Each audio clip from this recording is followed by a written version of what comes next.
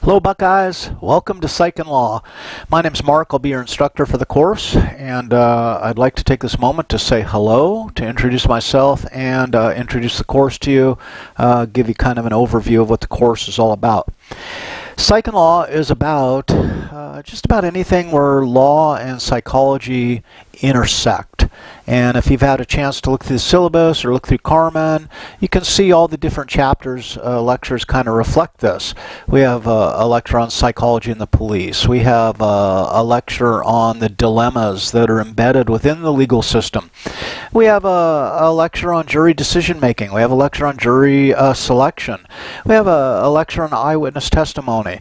We have lecture on punishment and sentencing. So really any place that where psychology intersects with the law, we're going to discuss. Okay, and it's a broad area, it's a fascinating area, and I often joke that it'd be pretty hard to teach this class poorly because the content is so damn interesting and has kind of a universal appeal.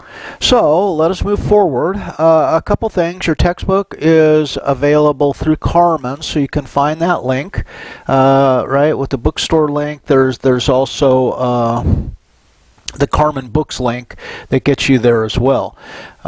In Carmen, we have the schedule. We have up top and as a module, and then we have Zoom meetings, and so you can check there, and there's a link to our Zoom meeting, our weekly Zoom meeting.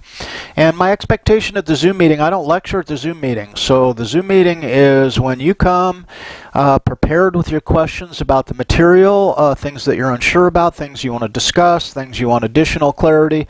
That's where we discuss that, and we also discuss the assignments there. So the onus is kind of on you to always be a step ahead and be prepared to discuss these items during our Zoom meeting to make that time useful to you. As far as the structure of the course, you can see like for Module 1 goes lectures 1.0 through 2.x, just a strange numbering convention, right? Any lecture that starts with a 1 or a 2 belongs in this module. Up top you'll see the video lectures, so that would be the actual video of the lecture being performed. And then just below that is the lecture PowerPoints, which are the PowerPoints that are used in the video lectures. So those are available to you. You have both ways to look at that. Okay? And then the assignments that are within that module will follow, and so it goes. Because of COVID and because of kind of our new way of doing business online here, I've eliminated midterm exams. Midterms are hard to secure, almost impossible to secure online.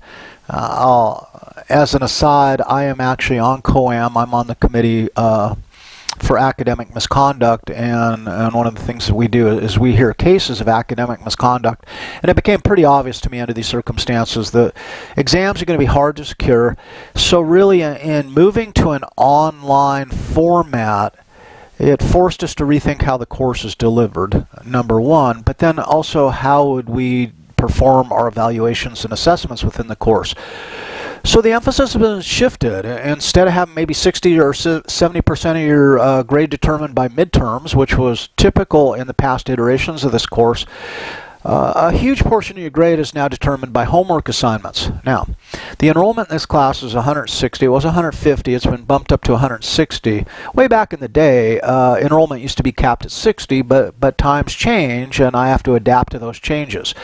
So each module has a quiz, and it's going to be approximately a 20-question quiz.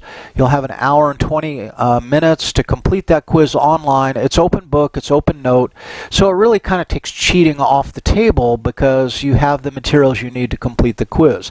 Now, the expectation is that the quiz is done by you and you only, so you can't work together on the quizzes. That would, in fact, constitute academic misconduct.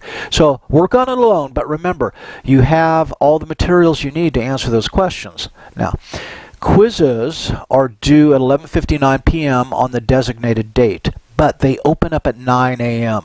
So you have all day long into the evening to set aside the time you need to take that quiz. Okay? So that's how that works. What else goes on? Well, homework assignments are largely team-based, right? And this is a reality that we have to face. My course assistant will be assigned to this course for 10 hours a week. And if we gave, let's say, 12, 14 homework assignments over the course of the semester, and people did them individually, do the math, the grading burden becomes insane. So what we do is then we operate in teams, and the homework assignments are kind of geared to multiple respondents, multiple students collaborating on those homework assignments, and that's the expectation. When you complete a homework assignment, you will turn it in via Carmen, based on the instructions, and most of the homework assignments will have a template embedded in the assignment that you can use, and you fill out that template and you submit that template Word document. Only one submission per team, that's all we need, right? Anything more just kind of gums up the works. So that's kind of the structure of the course. Your textbook is great.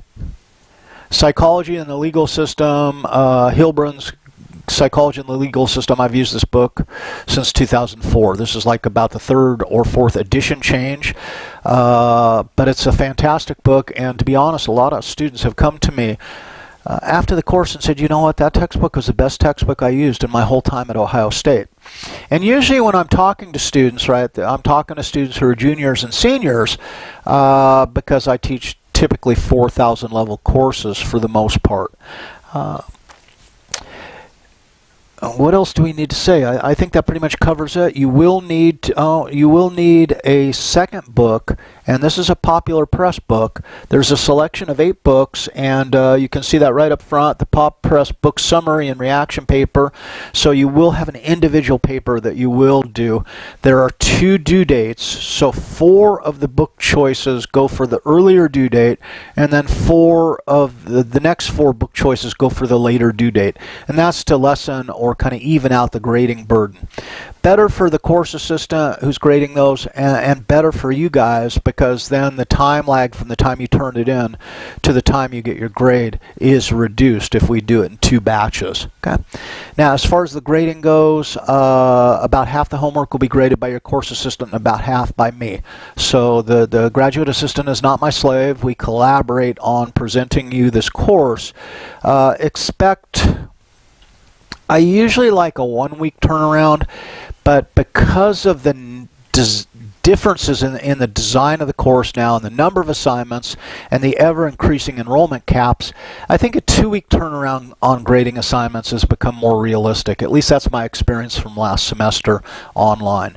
So that's about where we're at. Quizzes are auto-grading, so you'll have your quiz score as soon as you're done with the quiz, right? So you just follow through Carmen. Everything is really complete there. I'm hoping that it's clear.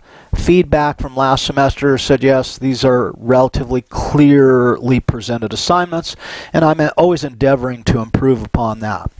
So, why am I teaching Psych and Law? Well, the department asked me to teach it way back in the day. What qualifies me? Well, I graduated from Ohio State with my PhD in 2006.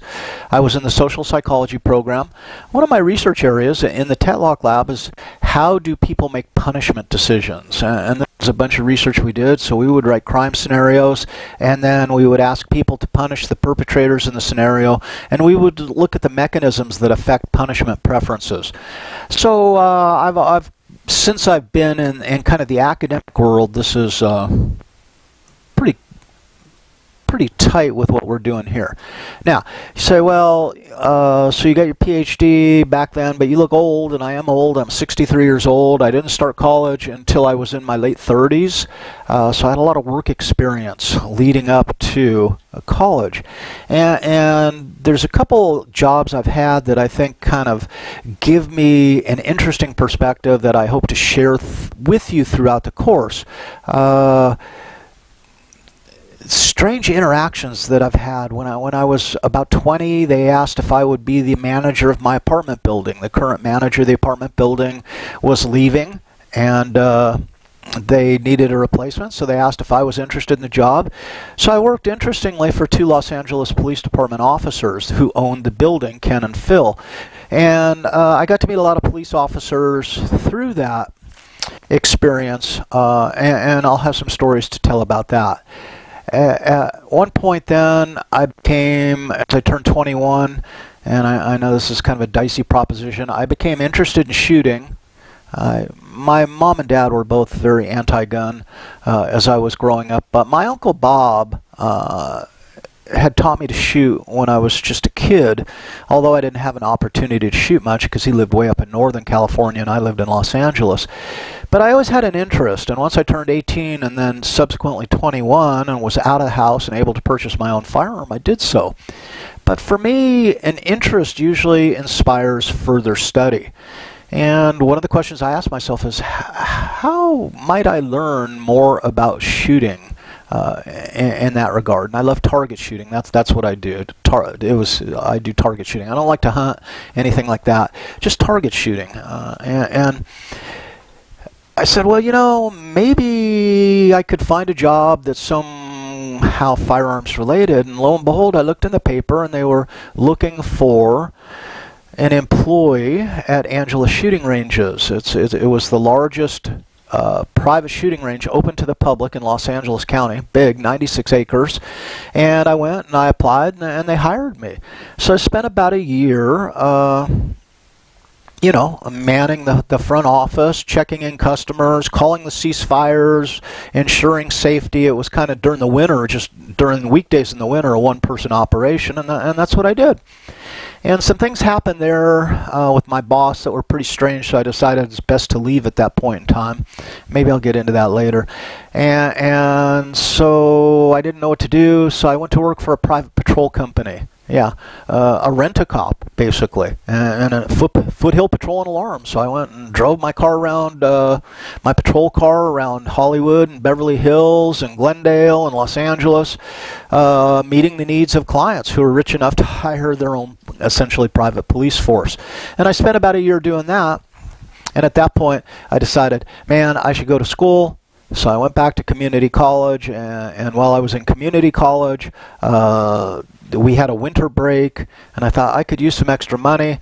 So I called my boss at the shooting range and said, hey, do you need any help over Christmas? And he said, yeah, come on down. And so I went back to work at the shooting range, and once I got there, my boss, Lee, said, Mark, I'm leaving. He says, I'm not going to work here. I'm going to give up my job as manager / range master. Are you interested in the position? And I was. So I spent the next 5-6 years as the general manager and range master at Angela Shooting Range. This brought me into contact with a lot of law enforcement. In fact, we were the training center for LAPD SWAT leading up to the 1984 Olympics. I had a lot of stories, and I had a lot of contacts, right? So I hope to share that with you throughout the course, when it's appropriate to do so. So between my jury decision-making research and my life experience and being a social psychologist, kind of fell into this course, and it was a good fit. So I hope that this course fits your needs. I know most of you will be psychology majors. Some of you are pre-law. Some of you are criminal justice folks. And there's something for everyone in this. So I think we're going to have a good time. The course is mature. There's no two ways about it. We've taught it a lot, and basically now it's just continuous improvement of the course on an annual basis. And I'm hoping that this iteration is absolutely the best. I will say one thing about online teaching and moving from a test-based kind of evaluation system to a homework-based, I think my teaching has improved tremendously, and I think the quality of the course has improved tremendously. And I hope you agree, because I realize that you spent a lot of money for this course. I don't know if it's like $1,200, $1,400. It's hard to put an exact number on it, but I want you to get your money's worth, and I'm always concerned about that, and I will do my best to make that happen.